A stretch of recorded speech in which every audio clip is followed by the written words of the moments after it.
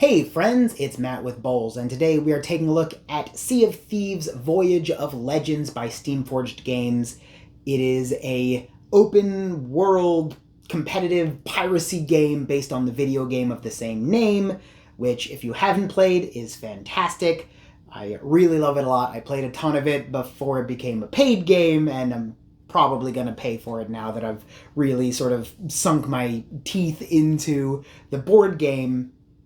And we'll get to that in a second, but basically the board game is a open world kind of game where each player controls two ships and they'll be sailing around the map and collecting treasure and fighting skeletons and monsters and each other in trying to gather treasure and goods and loot and reputation, all while shooting at each other and trying to sink each other's ships and fighting off megalodons and krakens and the like, completing voyages and all sorts of things. It is a game that really leans into the video game roots of what it's based on. And some of the things that it does really well are specifically from those inspirations, I guess, from the video game. There are a lot of different ways to engage with with the various systems of the game. For example, you can really ultimately reputation is victory points, but you can basically become a merchant and you can just run out and ship goods. There are these voyage cards that many of which are just go here, get this, bring it back.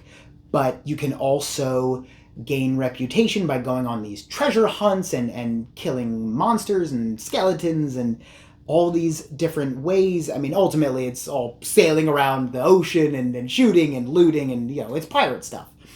But I really enjoy any kind of game that lets you play with the different strategies you can employ in how you get to this victory condition. And for example, Skyrim does this really well. Not that it's a competitive game, but it has that same kind of vibe of dropping you into this world and saying, all right, have fun. And I love games that do that. Mage Knight is one of my absolute favorite games of all time, and it's that same sort of open world board game that I really like. Another thing that the game does really well is the various customization options. As you gain gold, you can upgrade your ship, and you can hire special crew to give you unique crew powers and all these sort of things that really help the game let the players explore the different strategies. You could have one ship just be your runner, and they have a special navigator crew that helps them traverse treacherous waters. You can have a cannoneer crew on the other ship, so they become more of your muscle, and it lets you sort of build a party almost. I mean, it's just two members, two ships, but the different crew members let you lean into these different strategies in a way that is really enjoyable. One of the main mechanics of the game is basically action economy. So the way the game works is on your turn, you get 3 action tokens, and you put an action token on a ship, then every crew member on the ship gets to take what they call a task. And it's something small. The one you'll probably be doing most often is sail, which is just move into one adjacent hex. But you can also bail water out of the ship, you can repair, and a couple other things. And the very handy crew player reminder cards have all of this information, because it is a bit of a lot that we'll get to in a second. But after every crew member has taken their task, then the ship gets to take an action. And those are things like full sail, where you get to move multiple hexes in a straight line, depending on a dice roll, and fire cannons, which is pretty self-explanatory, and then pick up loot around the map and those sorts of things. So action economy becomes a very vital part of how the game works, and it's something that progresses really well as the game continues. When you're starting out, each action token gets you, because you start with a sloop, each action token gives you 2 crew actions, because a sloop has 2 crew slots, and then the 1 ship action. So basically 3 things per action token. But you level up your sloop into a brigantine, then a galleon, and by the time you have a galleon, you have 4 crew slots, so every action token is getting you 5 things to do, the 4 crew and your ship action. So it really does a good job of helping you feel that level up power, because it's not just +1 to attack or +1 to defense. You are gaining more actions per turn, which just helps you feel more powerful. Each turn, as you get deeper into the game, becomes more planning and strategy and making sure everything goes right, and it does a really good job of helping you feel more powerful as the game progresses, which is great because there are a lot of things to deal with. There's the Kraken, there's the Megalodon, there's the skeleton ship, the skeleton fort, and the other players also gaining power as well. So it's a game that, as the players progress, they have more things that they need to do, but they also become more capable of doing those things because their action economy increases. One of the main things you'll be doing is going on these voyages, and you start with a meager voyage, which can usually, the voyages are usually go here, do a thing, go here, do a thing, bring it back. It's sort of like, it's a lot of that kind of stuff.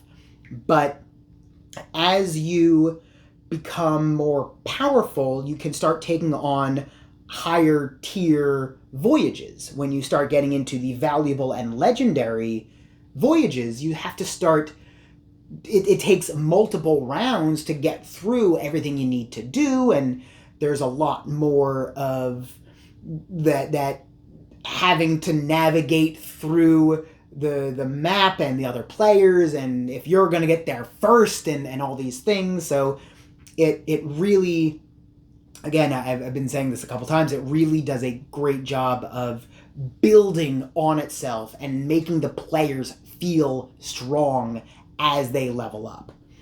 So all of these things are fantastic. There's also the fortune and event cards. The fortune cards are kind of like one shot, like single use and then discard effects they can do.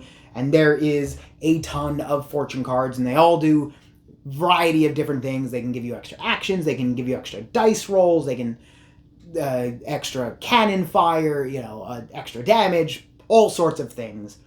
So it's, again, just another way to sort of give players this option of how they want to engage, depending on which fortune cards they choose to use or discard or keep, whatever. And then the event cards are used to sort of where the game gets to go. The event cards spawn new monsters, there's a random event, and then another great mechanic that they have is the Scurvy Knave, which they have a little flow chart for it, but it's basically they pick out the player who is doing the worst in terms of reputation and resources and gives them a little boost. A lot of them are getting to choose where monsters go and things like that. It's not like so directly impactful, but it's more, it gives them kind of the puppet strings to try to tilt the game in their favor, which is something I always really enjoy, giving the players in last place a little boost to help it sort of level the playing field a little bit. Another thing the game does really well is the different monsters. Like I mentioned, the Kraken, the Megalodon, the skeleton ship, and the skeleton fort are all in and of themselves kind of mini-game modules that have their own rules and flow chart of how they engage with the players in the board, and how the players defeat each of them is very different, and it makes it feel just more dynamic and engaging when it's not just roll up on the Kraken, oh, I rolled 3 6s, the Kraken is dead. It's a lot more, there again, it has that sort of evolution. For example, every time you defeat the skeleton fort, it sort of despawns and then respawns somewhere else with more skeletons, and then after a while it spawns with a skeleton captain who you have to go defeat. So even the monsters themselves also sort of level up with the players. And again, the Sea of Thieves board game does a great job of progressing the power level with the game and the monsters and the players as well, making the players feel powerful. It is a lot of fun. Couple of things. The one thing that I wanted to point out before we get into some of the negative stuff is the plastic insert for the game is so well designed. I know this seems like a weird thing to point out, but when you have as many games as I do, it's something you pay attention to. The insert is perfectly designed. I know where everything is supposed to be. I know how all the components fit back in. I have plenty of games where I open it up and I just have no idea how I'm supposed to fit everything back in the box. So Steamforged, if you're listening, great job on the insert. Just know there are people out there who notice. So, that said, a couple of things that I wasn't so in love with is, and frankly, a lot of it is my own assumptions of what the game would be. First of all, can't really tell because of the camera framing, but this game has a pretty big footprint. Based on the box itself, this is just the lid, but the box is not big. So I wasn't expecting a heavy game, a strategically, complex game versus, again, something like Skyrim. I won't pull it out of the shelf, but it's a huge box. And they have a lot of similarities. There's that open world feeling, there's that sort of level up progression, and because of that, the game, again, does have a pretty decently sized footprint. You'll need a good sized table for the board, the outpost board. Each player has their 2 ship boards, and then the cards and the monsters and the tokens. There is a good amount of tokens, and that was something that also gave me a little pause when I was opening the box. I just was a little overwhelmed by the amount of tokens. It's not the most I've ever seen, obviously, but I was coming in expecting this game to be kind of medium weight, and it's not like it's complicated. It's not a complicated game, but there is a learning curve.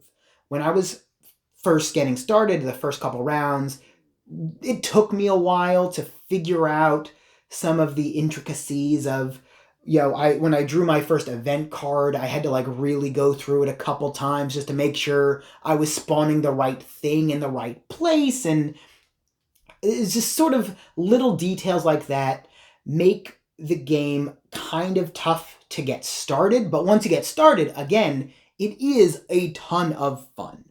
Overall, I really like the Sea of Thieves board game. If you're as into pirates as I am, I love pirate games in general, so this is definitely one that I'm going to be returning to. It does have really good replayability. The sea tiles are double-sided, so you can mix up the island locations. I would have liked to see sort of a little more modularity in the boards themselves, like maybe getting to specifically choose where different islands spawn and where the treacherous waters are, with just getting to place my own island tokens on the board, but maybe that would have been too unbalanced, I don't know, but I would have liked a little more modularity with the board, but as it is a lot of fun. And it's definitely a game I will be returning to, and it's again, really great game. I loved it. I will highly recommend it to anyone who likes those sort of open world kind of board games where they just drop you in and say, have fun. If that sounds like you, definitely go check out Sea of Thieves by Steamforged Games. I really liked it a lot. If you're the sort of gamer who likes these open world games, I highly recommend it. And if this video was at all helpful or enjoyable or insightful, please consider giving us a like and subscribe for more tabletop gaming news and reviews. Other than that, I've been Matt, and it's been a pleasure having you, and I will see you next time. Bye.